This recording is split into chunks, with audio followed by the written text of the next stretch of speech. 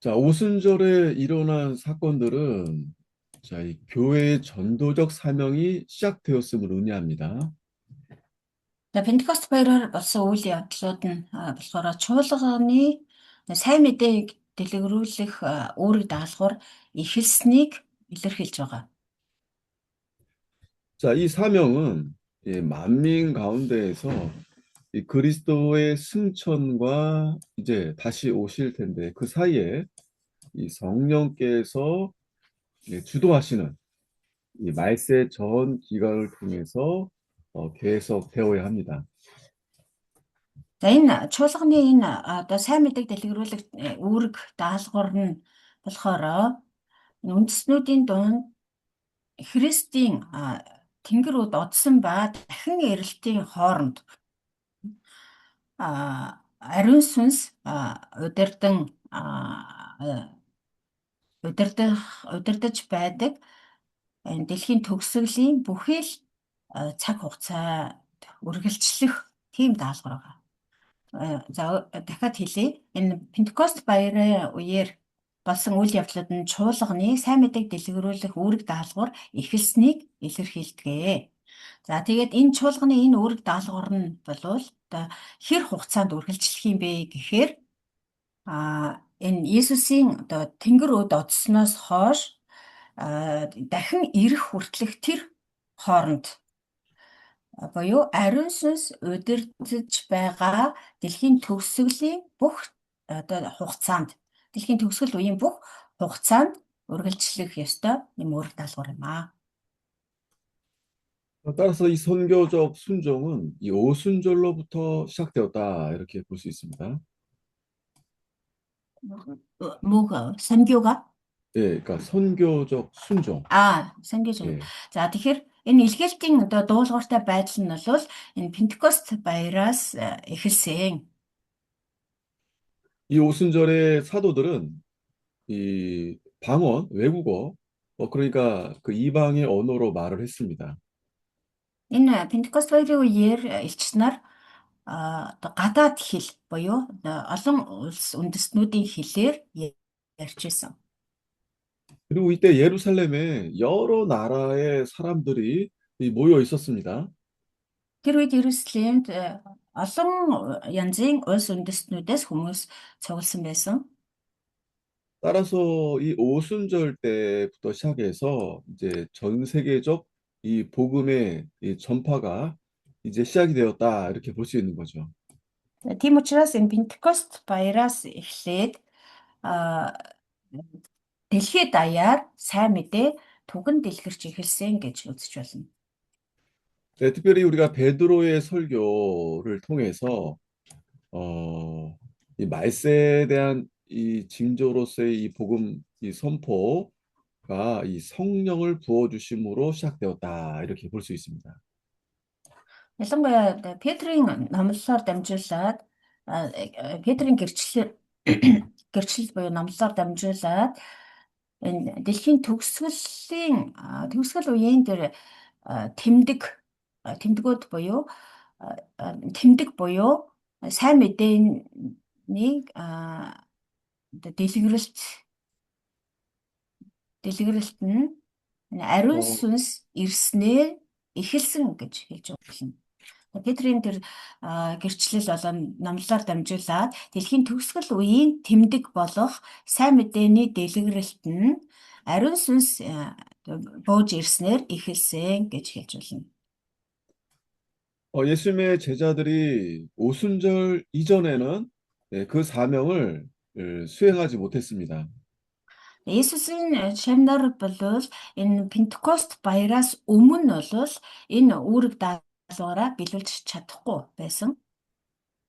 오순절로부터 시작해서 대위임령에 순종하게 되었고 그것은 이제 교회 중심적인 이 임무가 된 것입니다. Энэ Пентекост баяраар ариун сүнс бууж ирсний дараа л тэд нар энэ агуу захирамжийг дуулууртай биелүүлж эхэлсэн байгаа. Улмаар энэ агуу захирамжийг биелүүлэх нь чуулганы үндсэн гол үүрэг даалгавар болсон. 자, 이 선교적 순종의 결과로 이제 교회가 점점 확장되어 갔던 것입니다. За ингээд энэ илгээлтэд дуулууртай байсны үр дүнд чуулган өргөжин тэлж эхэлсэн. 특별히 성령께서 예수가 그리스도시고 하나님의 아들이심을 믿게 해 주셨던 것입니다. Ялангуяа ариун сүнс Есүс Христийг бурхан юу Бурхны хүү амьд туршигч эзэн юм аа, аврагч юм аа гэдгийг ариун сүнс ойлгуулж ухааруулж өгч байсан. 따라서 이 교회 부흥의 열쇠는 바로 성령인 것입니다. Тийм учраас тэр чуулганы одоо хийж байгаа бүхий л үйл ажиллагаа, үйлчлэлийн гол түлхүүр нь ариун сүнс гэж хэлж болно. 자, 오순절로부터 시작해서 이제 예루살렘과 온 유대와 사마리아 땅끝, 이제 로마, 이 바울이 로마에까지 이르게 되면서 이제 복음이 상당히 이제 확장이 된 거죠. Тэгээд Юусныг 8 дээр хэлсэнчлэн ариун сүнсээр дамжуулан энэ сайн мэдээ Иерусалим бүх Юдэ Самар тэр утгаар дэлхийн их хязгаар буюу Ром хүртэл хүрч чадсан байгаа. Өөрөөр хэлбэл Паул Ромд очсноор Ромын эзэнт гүрнээр дамжин сайн мэдээ цаашаа улам түгэнд дэлгэрч чадсан байгаа. 따라서 이 성령은 교회에서는 생명의 능력을 그리고 세상에서는 하나님의 임재를 그리고 복음의 선포를 확증하십니다.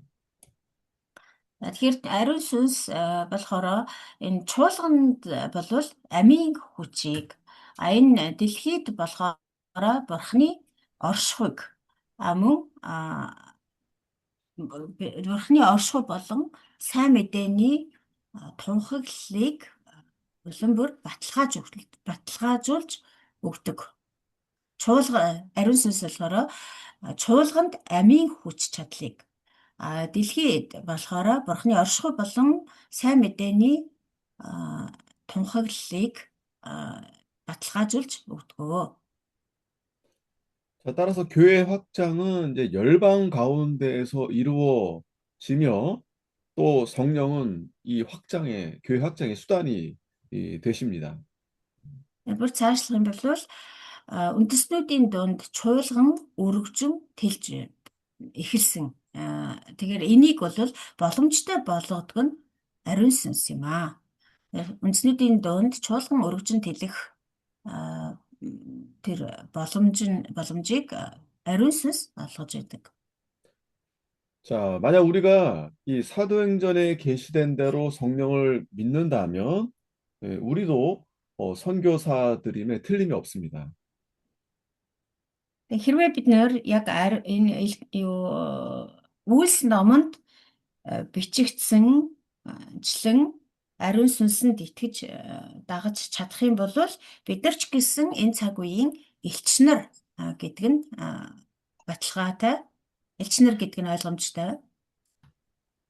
자, 그러니까 이 선교의 임무는 계속되고 있고 또 성령은 여전히 순종을 요구하십니다. 성령이 뭐가요?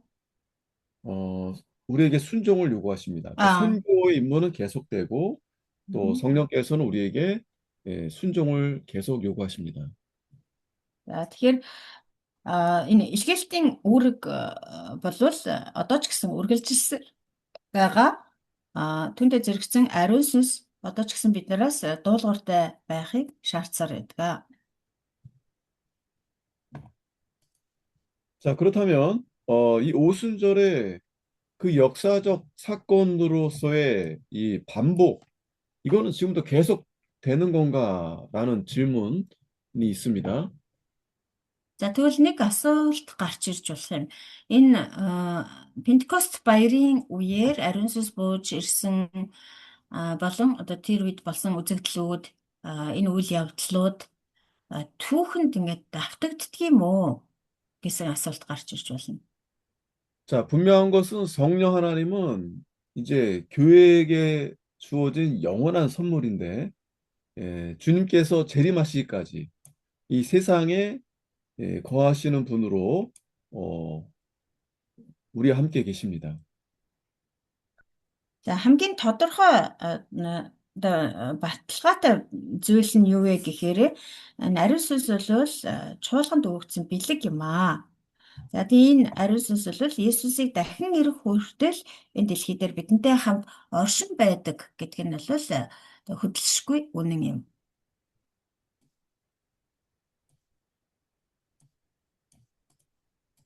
음, 자, 성령은 그 과거의 그 초대교회 때 한 세대, 한 시대, 아니면 한 국가, 한 민족만을 위한 선물이 아닙니다. Ариун сүнс бол зөвхөн нэг цаг үе эсвэл зөвхөн нэг улс гүрэн эсвэл зөвхөн нэг үндэстэнд зориулсан бэлэг биш юм аа. 성령은 어느 시대, 어느 곳에 사는 누구에게나 아버지의 약속이며 하나님의 선물로 주어집니다. Ариун сүнс бол ямар ч цаг үед, ямар ч газарт амьдардаг хэн бүхэнд өгөгдсөн бурхан эцгийн амлалт, бурханы бэлэг юм аа. 그것은 예수 그리스도의 복음을 통해 주어지는 것입니다. Энэ ариун сүнс бол Есүс Христийн сайн мэдээгээр дамжуулан бидэнд өгөгддөг. 이 성령의 사역은 오늘날 교회에서도 논쟁의 주제입니다. Ариун сүнсний ажил гэдэг энэ сэдэв бол өнөөдөр ч гэсэн чуулгануудын дунд маргаантай сэдэв байдаг. 특별히 아까 이제 뭐 방언이라든가 또 여러 가지 일어났었던 뭐 기적들 이런 부분에 대한 그 논쟁이 여전히 있습니다. Тухайлах юм бол одоо сая түрүүн яригдсан хар хилүүд байгаа тийм ээ. Мөн тэр үед болсон Пентекост бариур болсон янз бүрийн тэр гайхамшиг тэмдгүүдийн талаар бол одоо ч гэсэн янз бүрийн үзэл бодол тайлбарууд байдаг. 자, 하지만 우리가 분명하게 기억해야 될 것은요. 요한복음 14장 17절 말씀인데 아까도 읽어봤지만 이 성령은 바로 진리의 영이다. Гэхдээ бид нэр хамгийн гол одоо ойлгож авах ёстой зүйл бол түрүү уншсан Иохан 14:17 дээр хэлсэнчлэн ариун сүнс өөрөө үнний сүнс гэдгийг маш сайн ойлгох хэрэгтэй. 따라서 성령께서 이 말씀이 믿어지고 깨닫게 하시는 일이 참 이 중요한 일이다는 것입니다. Тэр ариун сүнсний өөрийнх нь одоо хийдэг хамгийн гол ажил бол өөрөө үнний сүнс учраас тэр үннийг бидэнд ойлгуулах, ухааруулах нь хамгийн гол ажил нь гэдэг. 따라서 예수님이 이 십자가에 달려 죽으신 이후 부활하시고 승천하신 다음 이 보혜사 성령을 보내신다고 했습니다. Есүс загламаа дээр цовдлогдож нас бараад дараа нь өвхлөөс эргэж амьлаад тэнгэр рүү одсныхоо дараа одохдоо туслагчийг та нар руу илгээнэ гэж амласан. 이 보혜사라는 말은 이제 대언자, 중간에서 이렇게 이 역할을 해주는 사람인 거죠. Энэ туслагч гэдэг нь болохоор бас одоо орлогч төлөөлөгч гэсэн орлогч биш шүү төлөөлөгч гэсэн утгыг агуулж байдаг. Өөрөөр хэлбэл одоо хоёр одоо хүний дунд тийм ээ аль нэг талыг нь төлөөлж тэр хүний өмнөөс одоо тэр ажлыг хийж өгдөг төлөөний хүн гэсэн ийм утгыг агуулж байдаг. 이 약속이 이 오순절에 일어난 것입니다. Тэгээ энэ амлалт нь бол энэ Пентекост баярын үеэр биелэгдсэн. 이 성령이 단번에 이 제자들 위해 강림했습니다. Ариун сүнс шав нарын дээр яг одоо нэг удаагийн үзэгдлэр бууж ирсэн. Нэг л удаа бууж ирсэн. 자, 그런데 이 사건의 반복은 없습니다. 네? 사건의 반복? 그러니까 제자들에게 강림했는데 음. 계속 제자들에게 반복. 반복하면 계속 아, 반복적으로 아, 강림하시는 것은 네네. 아닙니다. 예. 음. За нэг л удаа бууж ирсэн гэж байгаа тийм. Энэ ариун тэр шав нарын дээр бол ариун сүнс дахин дахин бууж ирж ирээгүй. Өөрөөр хэлбэл энэ ариун сүнс бууж ирсэн үйл явдал дахин дахин давтагдаагүй гэсэн үг. 우리도 마찬가지입니다. 우리도 이 성령을 받으라 했을 때 우리가 믿으면 성령을 다 받게 되는 것입니다. Бидний хувьд ч гэсэн мөн адилхан Есүс хэлэхдээ ариун сүнсийг хүлээн авахтун гэж хэлсэн ба. Тэгээд ингэж Есүс итгэх үедээ бид нэр ариун сүнсийг хүлээж авдаг. Нэг л удаа болдог үйл явдал. Тэрнээс биш бид нар дахин дахин ариун сүнс бидний даяар бууж ирээ дахин дахин бид нар ариун сүнсийг хүлээж авдаг юм биш ээ. 그런데 우리가 마치 성령을 계속 받으면 그것이 나에게 어떤 능력이 되는 것처럼 생각이 될 수 있는데 그렇지 않습니다. Гэтэл зарим хүмүүс бодохдоо ариун сүнсийг дахин дахин аваалах юм бол би улам бүр одоо хүчтэй болно гэж ингэж андуураад байдаг. Гэтэл тийм зүйл бол болохгүй.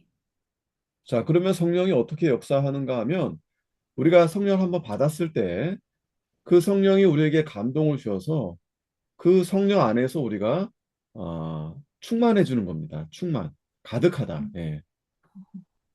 Тэгэхээр ариун сүнс тэгвэл яаж ажилтг юм бэ гэхээр бид нэр ариун сүнсийг нэг л удаа ингээ хүлээж авсан бол ариун сүнс бидний дотор оршиж эхэлдэг. Тэгээд тэр ариун сүнсний оршихуй дотор бид нэр түүгээр одоо дүүрэн болтгоо. 다시 말하면 이미 우리 안에 계신 성령께서 우리에게 감동을 주시는 것이지 이 성령이 들어왔다 나갔다 계속 들어온다 이것은 잘못된 것입니다.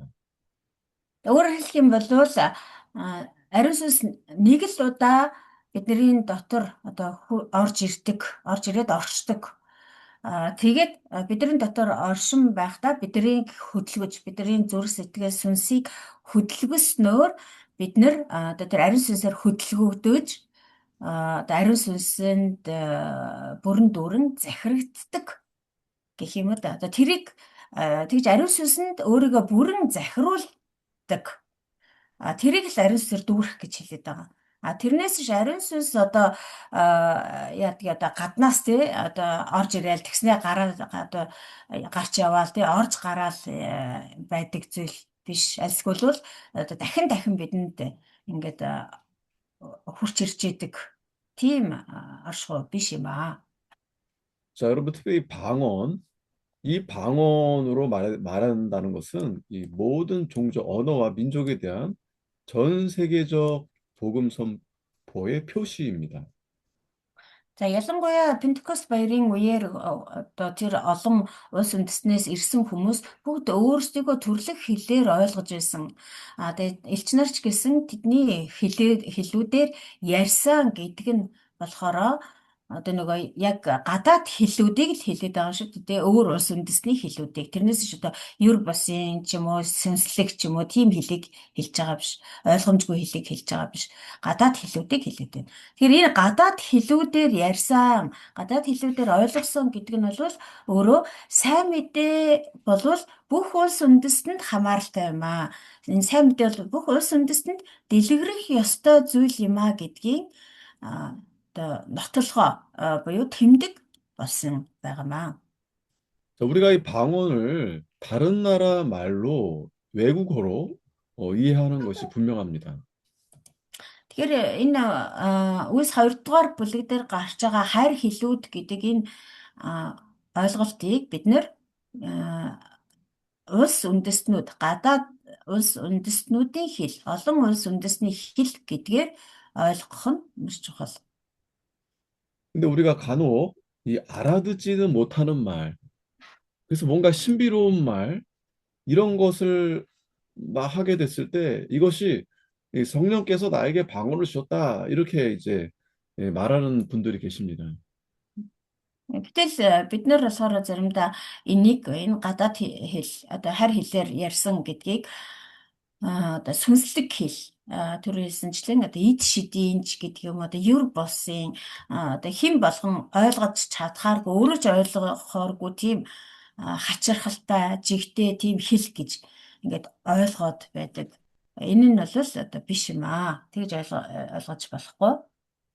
에, 특히 이제 방언으로 이제 기도하시는 분들 있죠. 방언 기도. Ялангуяа одоо нөгөө харь хэлээр ярьдаг хүмүүс, харь хэлээр залбирдаг хүмүүс гэд байгаад идэг шүү дээ. 자, 그래서 바울은 그 당시 이제 방언 이제 많이 있었는데 이 방언을 하려면 반드시 옆에 통역하는 사람을 세워라 이렇게 말씀합니다. Паул тэр чуулганд хандаж бичсэн загталтаа одоо харь хэлээр ярьдаг хүн болвол тэр олонний дунд харь хэлээр ярьж болохгүй. Хэрэг ярихаар болвол заавал орчуулагчтай байх хэрэгтэй, хэлмэрчтэй байх хэрэгтэй гэж хэлсэн байдаг. 왜냐하면은 이 방언을 하게 되면 자기는 뭐 나름대로 그 뜻을 생각할 수 있지만 옆에 있는 사람들은 알 수가 없죠. 무슨 말 하는지. Яг тэгэл харь хэлээр ярих юм бол олонний дунд ярих юм бол өөрөө бол тэр хүн яг ойлгоод иж болох юм л да. Өөрөө тэр хэлийг мэдчихэж байгаа учраас. Гэтэл а, хажууд нь дэрэгдэн байгаа хүмүүс ойлгохгүй. 따라서 바울은 방언을 하지 말라라는 말씀보다는 방언을 하려면 반드시 그 통역, 이 통역을 옆에 세워야 된다. 이렇게 강조하고 있습니다. Тийм учраас Паул тэр загталтаа хэлэхдээ а харь хэлийг бол ерөөсө хоригдсан хэрэг бол ерөөсө байхгүй. Харь хэлийг хориглоогүй боловч хэрвээ одоо харь хэлээр ярих гэж л байгаа бол заавал дэрэгдээ орчуулагчтай байх ёстой. Орчуулагчийг байлгаа гэж хэлсэн 자, байдаг. 여러분 만약에 교회에 알아듣지 못하는 말로 막 혼자 떠들고 그렇게 한다면 다른 사람들에게 상당히 피해가 되겠죠? Тэгээ та нар бодоод үзэлтэй та нар чуулган дээр та ч юм уу эсвэл өөр хэн нэгэн одоо бусдын ойлгохгүй тийм сонин хэлээр яриад унлаа гэж ярья гэж бодъё. Тэгээ чангаар яриад чангаар залбираад тэгэх юм бол бусдад энэ нь маш их одоо тэртэй тийм ээ төвөг учруулах болно. 자, 따라서 1만 마디 방언을 이렇게 하는 것보다 못 알아듣는데 차라리 5마디 예언의 말씀이 더 유익이 된다. 이렇게 또 말씀하고 있습니다. Тасан мади 무슨 말씀, 말? 예언의 말씀, 예언의 아, 말씀. 아, тийм учраас Паул хэлэхдээ түмэн зүйлийн хар хэлээр ярьж байснаас өөрөлдвөл хинч ойлгохгүй тийм түмэн зүйлийн хар хэлээр ярьж байснаас а, таван иш үзүүлэлтийн үг хэлэх нь илүү дээрээ гэж хэлсэн байгаа. 그러나 또 바울은 예언하기를 또 사모하지만 또 방언 말하기를 금하지 말라. 또 이렇게 말씀합니다. Гэхдээ Паул хэлэхдээ а одоо иш үзүүлэхийг одоо хүсэмжлээ гэж хэлсэн. Гэхдээ бас нөгөө дээгүүр харь хэлээр ярихыг бас бүү хориглоо гэсэн байна. 하지만 적당하게 질서 있게 하라고 강조합니다. Гэхдээ одоо харь хэлээр ярихыг хориглоогүй ч гэсэн а одоо зохих хэмжээнд одоо хэмжээ хязгаартай харь хэлээр яриа гэж хэлсэн. 자, 우리가 정리를 해보자면 이 성령의 역사는 성령은 진리의 영인데 하나님 말씀을 잘 믿고 깨닫게 해서 교회가 점점 이렇게 이 부흥에 나아갈 수 있도록 그렇게 역사하신다는 것을 잘 기억해야 되겠습니다. За саяны ярьсан зүйлсээ дахиад нэг жоохон зэгцлээд хий.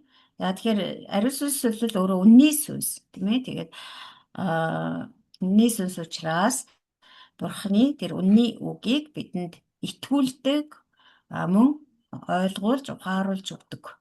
Түүнчлэн чуулганыг өсгөж сэргээх ажлыг хийдэг.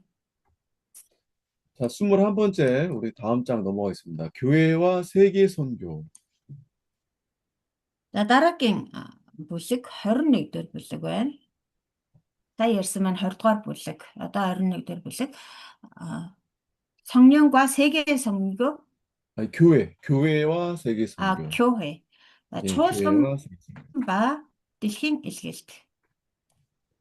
자, 우리가 앞에서 성령의 역사를 통해서 이 신약 교회가 세워졌습니다. За түрүүчийн бүлэг дээр ярьсанчлан ариун сүнсний одоо ажиллаар дамжуулан чуулганы түүх эхэлсэн. 이 교회에서 복음을 전하고 가르치고 예배하고 봉사하는 이 하나님의 백성들의 모임으로 탄생하게 된 것입니다. Өөрөөр хэлбэл одоо ариун сүнс ажиллаж эхэлснээр ажилласнаар ариун сүнсний үйлчлэлээр дамжуулан одоо сайн мэдээ тарааж бурхны үгийг зааж сургаж бас бурханд хүндэтгэл мөргөл өргөж бас үйлчлдэг энэ тийм хамт олон буюу итгэлийн хамт олон болох чуулган бий болсон. 자, 이 교회는 모든 사람에게 예수 그리스도 안에 있는 구원을 전달할 사명을 위해 부름을 받습니다. Энэ чуулган гэдэг хамт олон маань бүхий л хүмүүст авралыг дамжуулах үүргийн төлөө, үүрэг даалгаврын төлөө дуудагдсан хамт олон байна. 자, 이 교회는 세상을 구원하려는 하나님의 계획의 중요한 부분이 됩니다. Энэ чуулган бол энэ ертөнцийг аврах гэсэн бурхны төлөвлөгөөний маш чухал хэсэг юм. 사도행전 2장 41절에서 47절에 이 초대교회 이 모습을 잘 보여줍니다. Үлс намын 2-ын 41-ээс 47 дугаар ишлэлд анхны чуулганы одоо дүр төрх буюу анхны чуулга ямар байсан бэ гэдгийг маш сайн дүрсэлж харуулсан. 여기에 하나의 모범적인 교회를 잘 묘사하고 있습니다.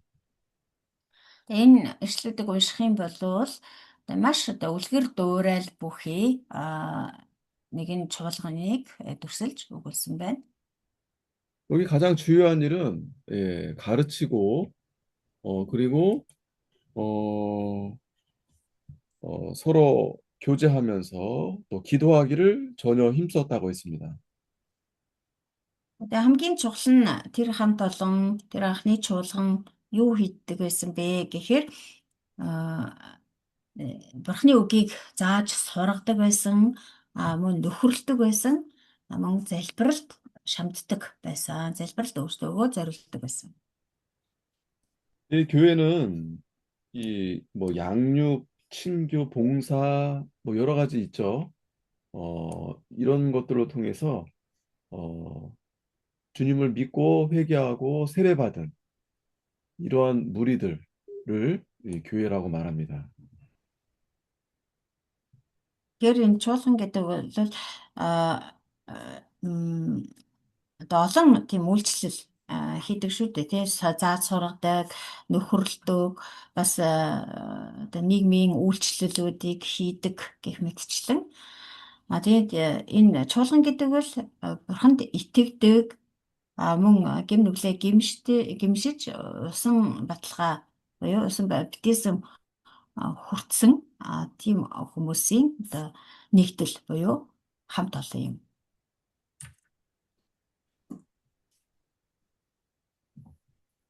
자, 신약 성경의 기록을 역사적 사실로 받아들이는 사람에게는 이 하나님이 죽은 자 가운데서 예수를 살리셨다. 이 사실, 이것이 사도들의 신앙과 증거가 부활에 근거한 것이라는 사실에 대한 어떤 의심도 있을 수 없었습니다. 누가 하나님의 주관도 살리셨다는 사실과인가요? 그러니까 그, 사실과 그 사도들의 신앙. 사실이 부활에 대한 것인데 예수님의 부활에 대한 것에 대한 어떤 의심도 있을 수 없었다는 것입니다. 그러니까 이들이 예수님의 십자가와 부활을 믿었다. 다시 말하면. 예. 자, 신길의 ний одоо шинэ гэрээнд бичигдсэн зүйлс бол түүхэн одоо баримтууд юм гэдгийг одоо хүлээж авдаг хүмүүсийн хувьд бол Бурхан Есүсийг үхэгсдээс амьлуулсан гэдэг болон амьлуулсан мөн элч нарын тэр итгэл ба гэрчлэл нь Есүсийн амьлалд тулгуурласан гэдэгт одоо ерөөсөө эргэлзэх одоо шалтгаан байхгүй. За дахиад хэлье. Шинэ гэрээнд бичигдсэн зүйлс бол түүхэн баримт юм баримт гэж хүлээж авдаг хүмүүсийн хувьд бол Бурхан Есүсийг үхэгсдээс амьлуулсан мөн элч нарын итгэл ба гэрчлэл нь Есүсийн амьлалд тулгуурсан гэдэг талаар бол эргэлзэх шаардлага ерөөсөө байдаггүй. 자, 복음의 핵심은 예수님의 십자가와 부활입니다. Сайн мэдээний гол цөм нь бол ерөөсөө Есүсийн загалмай ба амьлалт байдаг. 그리고 이 부활이야말로 가장 이 영향력 있고 또 중요한 메시지 하나입니다. Тэр дундаа амьлалт гэдэг бол хамгийн одоо чухал бөгөөд хамгийн үр дүнтэй мессеж юм. 따라서 예수님이 부활하셨기 때문에 그 예수님은 하나님이시다라는 것을 분명히 우리에게 말씀해 주는 거죠. Тэр Есүс амьсан гэдэг нь бол Есүс бол өөрөө бурхан юм гэдгийг бидэнд харуулж нотолж өгч байгаа. 자, 이것은 이 교회의 신적 기원을 가집니다. 그러니까 하나님으로부터 온 것이다라는 것을 우리에게 알려주는 것입니다. За энэ нь өөрөө чуулган бол одоо бурханаас үүсэлтэй гэдгийг харуулж байдаг. Өөрөөр хэлбэл чуулганыг бурхан эхлүүлсэн бурханаас их үүсвэртэй хамт олон юм гэдгийг нотлон харуулж байдаг. 자, 또 교회는 이 바울이 이 그리스도의 몸으로 이렇게 또 묘사를 합니다. За бас Паул чуулганыг Христийн бие гэж дүрсэлж хэлсэн. 에베소서 1장 2절, 3절을 보면 하나님 아버지와 주 예수 그리스도로 쫓아 은혜와 평강이 너에게 있을지어다 하면서 3절, 1장 3절 한번 읽어주세요. 에베소서 1장 3절. За Эфес 1-2-3 дугаар ишлэлийг харъя. За бидний эцэг бурхан эзэн Есүс Христос нэгөөс амар амгалан таарт явалтгай гэд 3 дээр нэ. Бидний эзэн Есүс Христ эцэг бурхан магтагдах болтугай. Тэрээр Христ дотор Тэнгэрлэг оршуудах алив сүнслэг өрөөлөөр биднийг өрөөжээ. 아멘. 자, 아멘. 우리 예수님이 하나님이신데 또 인간의 몸으로 이 땅에 오셨습니다. Бидний эзэн Есүс бол өөрөө бурхан. Гэхдээ энэ дэлхий дээр ирэхдээ хүний махан биеийг өмсөж, хүний мах боддоор ирсэн байгаа. 자, 이렇게 인간의 몸으로 오셨는데 이 몸이라고 말하는 것은 교인들 간의 연합뿐만 아니라 이 그리스도와 교회 사이의 생명적인 이 관계를 강조하는 것입니다. 교회 간의 연합? 네, 교인들 간의 연합. 예, 교인들 간의 교인들 간의 연합. 연합, 또 그리스도와 교회 사이의 생명적인 관계, 이것을 몸으로 어, 설명을 해주시는 겁니다. 음. Тэгэхдээ тэгээд Есүс одоо энэ хүний махбодыг өмсөж энэ дэлхий дээр ирсэн, махбод болж энэ дэлхий дээр ирсэн гэдэг нь чуулганы итгэгчдийн хоорондох тэр одоо нэгдлийг илэрхийлээд зогсохгүй. Христ ба чуулганы хоорондох тэр амьд харилцааг илэрхийлж байдаг. 그래서 우리가 그리스도 한 몸이 되어서 머리는 이제 그리스도가 머리가 되시고 우리는 다 이제 지체가 되는 것입니다. 지체. Тэгэхээр чуулган бол би Христийн бие гэж хэлсэн тий. Тэгэхээр тэргүүн нь буюу толгой нь бол Есүс Христ юм. Харин бид нар болохоор тэр Есүс Христийн биеийн эрхтнүүд нь болж байдаг. 자, 그렇기 때문에 결국에는 그리스도와 우리가 한 몸이 된다는 것이죠.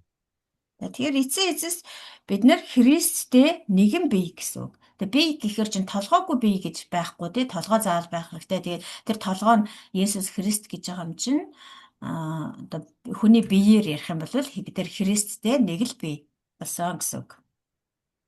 자, 몸은 하나인데, 우리 몸은 하나죠. 몸은 하나인데, 이 교회가 이 그리스도의 몸이라면, 그때 이 교회는 우리가 이 복음, 복음과 뗄 수 없는 그런 관계가 되는 것입니다. За тэгээд нэгэн тал одоо бид нар нэгэн бие болсон юм болвол тэр Христ бол өөрөө сайн мэдээ тийм ээ.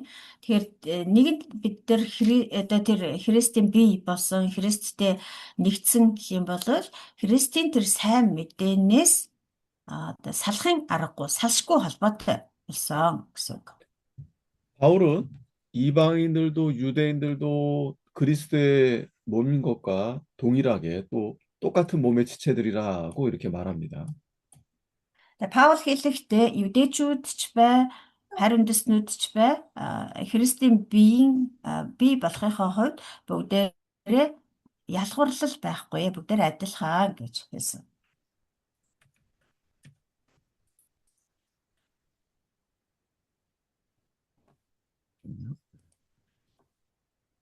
자, 이 점은 바울이 아브라함에게 대한 하나님의 약속이 이방을 믿음으로 말미암아 의로 정하셨다의 말씀에 의해 성취되었음을 갈라디아에서 또 상세히 설명하고 있습니다. 아브라함에게 대한 하나님의 약속이 이방을 믿음으로 말미암아 그러니까 이방인들도 믿음으로 말미암아 의로 이제 역임을 받았다. 믿음으로 말미암아 네, 이방인들도 의롭게 그렇죠. 됐다. 네, 이거 갈라디아에서 아, 설명을 하고 있습니다. 아하. За Галат номын 3-ын 8, 14 дугаар ишлээс харах юм бол Паул ингэж хэлсэн байна. Одоо Авраамд өгсөн Бурхны амлалт нь а харь үндэстнүүд итгэлээрээ дамжуулан зөвхт болгогдсноор бэлэгдсэн юм аа. За Бурхан одоо Авраамд ингээ амлалт өгсөн тий. Тэр амлалт нь харь үндэстнүүд одоо Бурханд итгэдэг, Есүс Христэд итгэдэг болсноор дамжуулан зөвтгөгдсноор бэлэгдсэн. 따라서 예수를 믿는 모든 사람들은 다 아브라함의 자손이다. 이렇게 불려지는 겁니다. Тэгснээр Есүст итгэдэг л бол бүх хүмүүс Авраамийн үр өдөм болсон байгаа. 자, 그리고 하나님의 한 가족이 되는 거죠. Тэгээ Бурхны гэр бүлийн гишүүд болцгоосон. 믿음으로 말미암아 되는 것이지 어떤 혈육으로 이렇게 되는 것이 아니다 하는 것입니다. Энэ бүхэн бол итгэлээр л одоо биелэгдсэн, итгэлээр л боломжтой болсон зүйл. Тэрнээс ш мах цусаар одоо мах цус одоо цусан холбоо ч юм уу мах цусан холбоо тэр удам судраар болсон зүйл биш юм аа. Зөвхөн итгэлээр л болсон зүйл. 자, 하나님께서는 교회를 통해서 하나님의 지혜를 알게 하십니다. Бурхан энэ чуулганаараа дамжуулан өөрийнхөө мэрэгэн ухааныг мэдүүлж байдаг. 그리스도는 교회를 사랑하여 교회를 위해 자신을 내어 주셨습니다. Есүс Христ чуулганыг хайрлаж, чуулганы төлөө өөрийгөө өгсөн. 따라서 교회는 너무나 중요하지 않을 수 없습니다. Тийм учраас чуулган чухал байхаас ч аргагүй юм. 그리고 반드시 필요합니다. Тэгээд бас зайлшгүй хэрэгцээтэй. Чуулган 어, 교, заавал хэрэгцээтэй. 교회가 필요 Чуулган 없다. 이렇게 무교회 주장하는 사람들이 있어요. чуулган заавал байх ёстой хэрэгтэй зүйл юм аа гэсэн. Тэгээ зарим хүмүүс болохоор чуулган хэрэггүй гэсэн үзэл бодолтой байдаг. 분명히 예수님께서도 두세 사람이 모인 곳에 내가 함께 하겠다 이렇게 말씀했습니다. Тэгээ Есүс маш тодорхой хэлсэн байгаа тийм ээ. 2-3 хүн миний нэрээр цугласан тэр газарт би хамт байх болно гэж хэлсэн. 네, 물론 이제 구원은 나 스스로 개인이 믿음으로 구원을 얻는 것입니다. За мэдээж одоо аврал болвол хувь хүний итгэлээр ирдэг. Хувь хүн өөрөө бурханд итгэж байж авралыг олж авдаг. 자, 그런데 하나님께서 믿는 자들을 통해서 교회를 세우셔서 그 교회를 통해서 하나님이 우리로 하여금 예, 자라나도록 예, 그렇게 하나님께서 역사하십니다. Гэхдээ хэдийгээр одоо итгэл нь хувийнх байх ёстой тий. Хувь өөрөө л итгэдэг байх ёстой. Хэдийгээр тийм боловч бурхан энэ итгэдэг хүмүүсийг хамттан цуглуулснаар одоо чуулганыг байгуулж тэгээд тэр чуулганаараа дамжуулан тэр хувь хүмүүсийн итгэлийг нь өсгөж өгч байдаг. 이 교회의 역할은 다시 말하면 이 하나님의 말씀을 잘 전하는 그 일을 해야 되는 거죠. Тэгээд дахин хэлэхэд чуулганы гол үүрэг нь юу вэ гэхээр бурхны үгийг түгээн дэлгэрүүлэх үүрэг даалгавар байгаа. 자, 그러니까 교회가 반드시 필요하고 교회가 없으면 구원이 불가능하게 되는 것입니다. Тийм болохоор чуулган бол зайлшгүй хэрэгтэй. Тэгээд чуулгангүйгээр аврал байх боломжгүй юм аа. 따라서 이 교회는 이 모든 민족으로 복음을 전해서 믿음으로 순종케 하는데 그것이 이 성령의 능력을 힘입어서 이 세상으로 보냄을 받습니다. Тэгэхээр чуулган болохоор энэ бүх үндэстнүүдийг итгэгч болгож итгүүлж тэгээд дуулууртай болгохын тулд ариун сүнсний хүч чадлаар энэ дэлхий рүү илгээгддэг. Чуулган нь бүх үндэстнүүдийг итгүүлж дуулууртай дагдаг болгохоор ариун сүнсний хүч чадлаар дэлхий рүү илгээгддэг.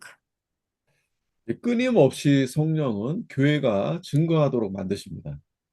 Ариун сүнс чуулганаар тасралтгүй гэрчлүүлж байдаг. 그리고 교회들은 계속해서 그 증거로 말미암아 세워지는 겁니다. Тэгээд цаашлаад чуулганууд тэр гэрчлэлээр дамжуулан дахин одоо цааш улам олноороо одоо байгуулагдаж байдаг. Тэгээд ариун сүнс одоо чуулганаар тасралтгүй одоо тэр сайн мэдээг гэрчлүүлж байдаг. Тэр гэрчлэлээр нь дамжуулаад чуулганууд цаашаа улам одоо өсөж үржиж байгуулагдаж байдаг. 교회가 단순히 건물을 이야기하는 게 아닙니다. Тэр чуулган гэдэг бол зүгээр л нэг байшин барилгыг хэлж байгаа хэрэг биш. 예, 초대교회도 보면은 그 가정을 통해서 한 가정을 통해서 이렇게 교회가 시작이 되었습니다. Анхны чуулганыг ч гэсэн харах юм бол тэр нэгэн айлтал одоо бий болсон байдаг шүү дээ. Нэгэн гэр бүлийн амьдардаг нэг айлт тийм ээ. Тэрнээс шууд одоо том том байшин барилга дотор чуулган бий болоогүй. 우리가 건물은 단순히 건물일 뿐입니다. Байшин барилга гэдэг бол чуулганы байшин барилга бол зүгээр л одоо байшин л төдий, барилга л төдий юм. 교회는 그리스도의 복음을 전해서 믿는 자들이 이 모여지게 되는데 그것이 바로 교회인 것입니다.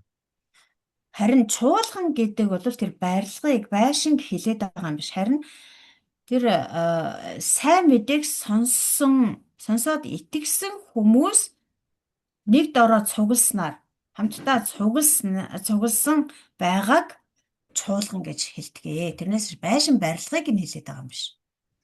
자, 사도행전에서 이 선교의 명령에 따라서 어, 예루살렘으로부터 교회가 이제 시작이 됐습니다. За Иес намаас харах юм бол одоо тэр илгээлт хий гэсэн Есүсийн тэр тушаалын дагуу чуулган дуулууртайгаар одоо тэр сайн мэдээг түгээн дэлгэрүүлж эхэлсэн. 그리고 온 유대와 이방인들에게까지 복음이 전해지게 된 것이죠. За тэгснээр Иерусалим бүх Юда, Самар төдийгүй хар үндэстнүүдэд ч гэсэн сайн мэдээ түгэн дэлгэрч эхэлсэн. 하나님은 외모로 사람을 취하지 않습니다. Бурхан бол ерөөсөө хүний гадаад өнгө үзмжийг хардаггүй. 하나님을 경외하며 의를 행하는 자들을 하나님이 받으십니다. Харин Бурханаас эмээдэг, зөвийг үйлддэг хүмүүсийг Бурхан таалдаг. 그 당시 이제 이방 지역의 교회가 세워지는데 이 바울은 그들이 유대식 형태를 따르게 하도록 노력하지 않았습니다. Тэгээд тухайн үед одоо хар үндэстнүүдийн дунд чуулганууд байгуулагдаж эхэлсэн. Тэр хар үндэстний чуулгануудыг одоо юдэ маягийн хэв маягтай юдэ хэв маягийг дагахыг Паул ерөөсөө шаардаагүй, тулгаагүй байна. 자, 그러니까 그 당시에 그러니까 유대교가 있어요. 유대교는 예수님을 믿지 않는 자들입니다. За тухайн үед бол юдэн шашин гэж байсан тийм ээ. Юдэн шашин гэдэг бол Есүст итгэдэггүй. 이 모세 오경만 믿는 자들이에요. Тэд нар бол зөвхөн Мосегийн 5 номонд л итгэдэг. 그리고 바울을 통해서 전도를 받은 이방인인데 그리스도인들이 있습니다. За тэгтэл одоо Паулийн одоо дэлгэрүүлсэн сайн мэдээг сонсоод итгэгсэн харь үндэстнүүд чуулган болсон байгаа. Харь үндэстнүүд одоо нэгдэж нийлээд чуулган байгуулсан. 그리고 또 유대인들 가운데에서 또 그리스도를 믿는 이런 자들이 있었습니다. За ингээ харь үндэстэн итгэгчдээс гадна бас юдэчүүдийн дотроос ч гэсэн Есүст итгэдэг хүмүүс бий болж гарч ирсэн. 자, 아무래도 문화가 다르니까 그 이방인 그리스도인들과 또 그 유대인 그리스도인들 간에 분명히 갈등이 있었습니다. Тэгээд нэгэн тал одоо өөр соёл иргэншилтэй өөр одоо ёс заншил өөр улс орны хүмүүс болохоор үндэсний хүмүүс болохоор юдэ Христ итгэгчид болон харь үндэстэн Христ итгэгчдийн хооронд зөрчил бол байсан. 이 신약 성경의 교회들은 이처럼 이렇게 다양한 문화적 상황에서 이제 형성된 것입니다. Тэгэхээр шинэ гэрээний үеийн энэ чуулганууд бол яалтчгүй ийм олон янзын соёлын тийм нөхцөл байдал донд бүрэлдэж бий болсон байгаа. 자, 하지만 우리가 사도행전 15장을 보게 되면 이 성경의 중요한 원리를 양보하지 않고도 교회 안에 이렇게 문화적, 신학적 다양성의 원리를 세울 수 있음을 잘 보여줍니다.